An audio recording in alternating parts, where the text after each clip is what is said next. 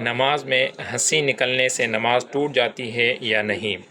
تو یاد رہے کہ اس کی اولاً 3 صورتیں ہیں کہ ایک تو یہ ہے کہ اگر نماز جو ہے نماز پنجگانہ ہو، جیسے عام 5 نمازیں ہیں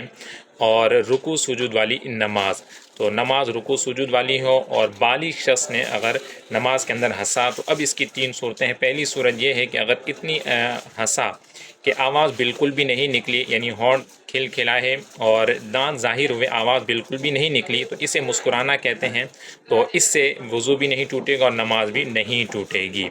دوسری صورت یہ ہے کہ ہنسنے کے اندر اتنی آواز آئی کہ صرف اپنے کانوں تک اس کی سنائی دیا، تو یہ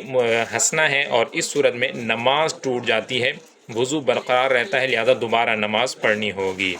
تیسری صورت ہے کہ قہقہہ لگایا اور اس کے اندر اتنی آواز کہ خود کے کانوں تک تو آئی، لیکن دوسرے آس پاس جو لوگ موجود تھے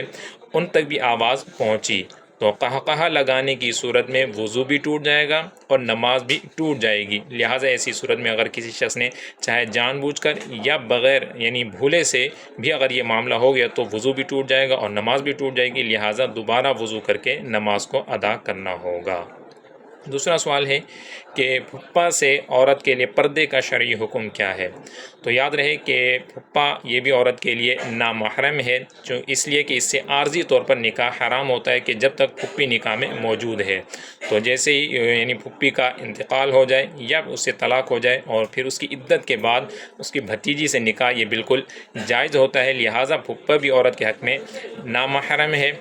تو اس لیے اس سے بھی یہ شرعاً پردہ ہے، اور اس سے ہنسی مذاق کرنا یا بے تکلفی کرنا یعنی بے پردہ اس کے سامنے آنا، اس طرح سے شرعاً اس کی اجازت نہیں ہے۔